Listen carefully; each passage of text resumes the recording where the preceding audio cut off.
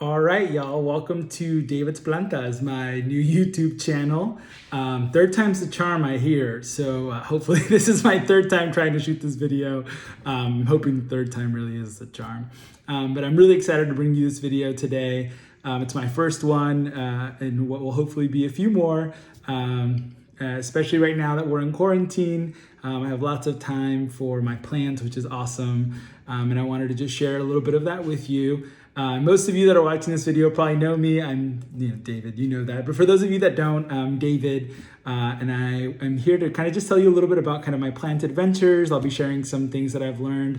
Still definitely consider myself a beginner in this realm. I've definitely watched a lot of YouTube videos myself to learn about plants. Google's also a good friend. And the folks from the SA plant community have been amazing in sharing a lot of their knowledge and wisdom too. Also shout out to my secret plant buddy that got me this shirt. Sorry, I have plants this weekend. It's basically what most of my weekend has consisted of for the last couple of weekends, especially right now during quarantine. And it's definitely also the time when I like to go out and usually shop for plants, which I'm limiting right now, especially with everything that's going on. So I'll bring you kind of some plant content. I'll also be answering questions and kind of doing some videos on things that you want to hear about. But let's get started. So I'm going to start actually with kind of my first plant that I got. Before this plant, I definitely considered myself to be somebody that had the opposite of a green thumb, basically a black thumb. Anything that I touched kind of would die. So I did not try to do plants of any kind. The first plant I got was actually a grafted cacti, one of those ones that you find kind of at any regular store, and it died. Probably looking back on it now, it was because of overwatering. I also was gifted what I think maybe was an ivy or a fern at some point. That thing did not last very long at all. So let me show you my first plant that was gifted to me by a friend who's actually the one that encouraged me to get into plants. She told me one day, I think you need a hobby. And so I thought back to what are the hobbies that I really enjoyed that I was doing. So I picked up a little bit more walking and running in nature, which has been really awesome. I also really want to get back to doing clay work. I used to make pots, and I definitely want to make pots for my plants, but since we're in quarantine, I can't do that. And then plants were definitely my new hobby that I wanted to add. So she gifted me this first plant. This is a snake plant, Sansevieria. You're going to find out there's lots of Sansevierias. I own a lot of them in my collection. But yeah, this is kind of the first plant that I got. You can see it's grown really well. It does well in our bedroom. It's a pretty chill plant, doesn't need a whole lot of care and attention, which is what drew me to it initially. It's still in its initial pot that it came in, which is nice because it's got some drainage. So whenever I need to water it, which is kind of about once a month, maybe 3 weeks, depending, it's usually not that long, but it's got some new growth coming in. Snake plant's definitely one of my favorite ones, and this one is just one of many varieties that I'm going to show you throughout my videos. So that was my first plant. She gifted it to me, and I thought, okay, if I can keep this one alive, then let's kind of try a second one. So then we took a little adventure over to Lowe's, and I found this beautiful ZZ plant. I did not even know what a ZZ plant was. This is it. So pretty cool plant. Wanted it for somewhere that did not need a whole lot of light. And what sold me on it, other than like the $7 or $8 price, plants get much more expensive than that, but $7 or $8 isn't bad, was that she said it's pretty easy to take care of, give it a little bit of light, and then water it whenever you pay your mortgage. So literally for a few months, this was kind of my second trial plant. And whenever I paid my mortgage, then I would water this guy. Same thing, you can see I have like an outside decorative pot, and then it's still kind of in its original pot. Lots of good growth that this has given me. You can actually see some of the new leaves that are coming into. I'm going to show you another type of ZZ in a little bit, but ZZs are super low maintenance. I get a lot of questions from friends and people about kind of what plants I start with. Snakes and ZZs, those are definitely two of my favorite. So after that, friends kind of started noticing that I was really into plants. And I had one friend, a really good friend of ours, that gifted me this. This is from Chula. It's this cool little holiday cactus. I think it's a Christmas cactus, maybe a Thanksgiving cactus, one of those types. We keep it inside. I'm going to put it outdoors pretty soon, kind of get it reacclimated to the sun. But yeah, it usually blooms. My friend told me that it wasn't going to bloom this year, and it didn't. but I'm definitely excited about it. It's got some new good growth. My other friend helped me kind of treat it initially for some small pests. We'll talk pests. I've been pretty lucky. I'm gonna knock on wood. But she did help me treat this one for pests, and it's been good to me. So I'm excited for hopefully one day see it bloom. And then I kind of started checking out the local plant scene here in San Antonio, which is where I'm at. And by far, one of my favorite places to go to has to be Tillage. Shout out to Kara and Matthew there. Y'all are awesome. And I really just love it. It's this cute little shop. Right now, they've got their online store and they're doing porch drop-offs, which is really awesome, especially during these quarantine times. But one of the first plants I got from them was actually this ruby necklace, which is just beautiful. It kind of started here and then it's like slowly been cascading here. So if you're looking for a pretty easy cascading one, this is one of my favorites for sure.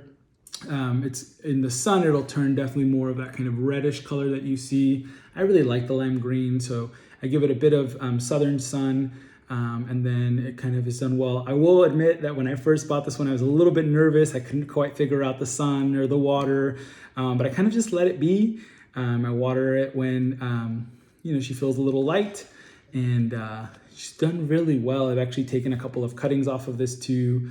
We'll talk propagation in another video, but definitely a really cute one. And I got this pot right before our stay-at-home orders, and when I went to Port A for spring break. And so I've really enjoyed this one. She's even flowered a couple of times, which is really cool. So one of my favorite ones from Tillage. The other one that I really love from Tillage, again, I'd never heard of a ZZ plant before. I definitely never heard of a Madagascar palm. When I first saw it, I really was drawn to kind of that sort of iridescent color. It's very shiny in a sense. Definitely a higher sun-needing plant, which was something that I had to get used to. It really likes to be dry, so I mostly keep this one in high sun. And again, when I first got it, you always have to worry about overwatering, so I got a little bit nervous about it, and was reassured, especially because some of these leaves started falling off kind of when it was a little bit smaller. It was going through its winter season, so it's going to shed some leaves. So I was like, oh, okay, I didn't totally mess this up. So Madagascar palm, definitely one of the top ones that I would suggest. I actually just got this one a buddy this weekend at Green Gate, which is another nursery. Hopefully I'll get to go back there and do a little video about it. It's a little bit further out, but another cool nursery that's in the area. But yeah, this one's from Tillage. And actually, prior to the snake plant and the ZZ and all the other ones, one of the things that I remembered from my childhood was that I always wanted a bonsai growing up. So I do have one bonsai in my collection right now. I don't think I'll get any more. This one's really awesome. It's a little ficus one. I really enjoyed this one. Some of you may remember I had an initial one, which is a juniper, that was a little bit more high maintenance that I am ready for. Probably will ever be ready for. But this ficus one does really well. Water it, let the water run through. I definitely know that I need new soil for it. We'll talk different types of soil. I didn't know much about soils when I first started this, but I really love this one. It's got some good growth coming in too. And check out that little trunk, which is pretty cool. So this is my one and only bonsai. It's from Costco. Thank you, Jonathan, for this good find. I've absolutely loved having it in my collection. Shortly thereafter, once we kind of started getting a little bit more into plants, my friend also shared a little bit of her, I don't know what this is called, but a little part of her plant. You can see it's got some cool little growth that's been happening. We're going to talk drainage in one of the videos. This one does not have drainage, meaning like a hole at the bottom where the water drains out. So I'm very careful when I water this one. She's in a west-facing window. We'll talk windows. You keep hearing me talk about northeast, southwest. That's very important in the plant world. I had to use my compass to figure out where my windows are. But I also got this really cute pot at Tillage. If you can't see a thread here, I really love Tillage. And it's just a really happy one. It's got some good growth. It's a slow grower. It's still got a couple of ones that are still not totally rooted happily. But overall, a pretty happy one. So those are kind of like the initial plants I started with. And then I kind of started getting into like a little bit more different ones. I'll show this one because it's not too different, but it is pretty cool and kind of fun. It was fun to find. My friend found it for me. And this is the same thing as a ZZ, but it's a ZZ Ravens. Check out those black leaves. It's just absolutely stunning. This one's actually got some new growth over here, some new growth over there. So pretty happy plant. We keep this one in our bedroom as well. I definitely cleaned the leaves when I first got it. I've been taking good care of it. So the nice thing about plants is you take care of them and they usually do well. That doesn't mean you're never gonna kill a plant. I definitely have killed a couple of plants. That's okay, it's just part of the process. So I've come to understand that that's just how it goes. So the ZZ Raven's definitely one of my favorites. Just a really cool plant. This is, I think, out of Costa Farms, and my friend got me one. They're kind of a hard to find one, but I absolutely love the color. It's stunning, and keep it in its current pot for a while, and then maybe once it grows, I can share it out a little more. I also talked a little bit about kind of some of my other sansevierias. I actually have a pretty extensive sansevieria collection that I've been growing. This is definitely one of my favorite sansevierias. One of my other favorite spots in San Antonio, kind of in the San Antonio area, is Paul's Desert. Heard about this little place, thought I'd go check it out. I wasn't really too much into like cacti and succulents and euphorbias and all that different jams, still learning, but I saw this one and I was like, that one I've got to have. So Paul helped me pick it out. Super nice guy. He's been there for, I think, good few years, maybe 30 years, I want to say. You go out there and it's just like his little shed and his tables and his cacti. It's really awesome. But he happened to have this sansevieria, which is just beautiful. Definitely watch out for the pointy things.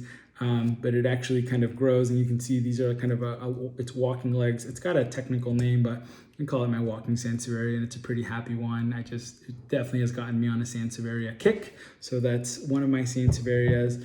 Another place where I've had a cool kick has been in euphorbias. I got my first ghost cactus from this cool person on one of the Facebook pages, and I just got another one of his. This is a ghost bone cactus, a Euphorbia lactea.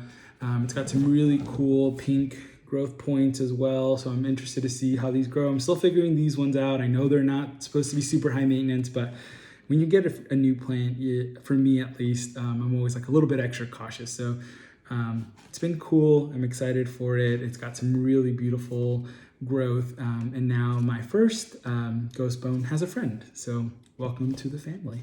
And then the last one that I'm going to talk about are Hoyas. Hoyas have been a more recent discovery of mine. Again, for all these things, I'm just kind of doing an intro, and then in some other videos, I'll share some more things. But this is actually a Hoya tricolor. You can kind of see just all these beautiful colors, and then it's got that really cool pink leaf that will obviously continue to grow. So, and this one's actually pretty light, so it probably needs some water. We'll talk water and plant foods and fertilizers and things later. But Hoyas are kind of my newest kick. So sansevierias, ZZs, euphorbias, cacti. I'll kind of show you some of my other plants. I have about a little bit over 90 now in my collection.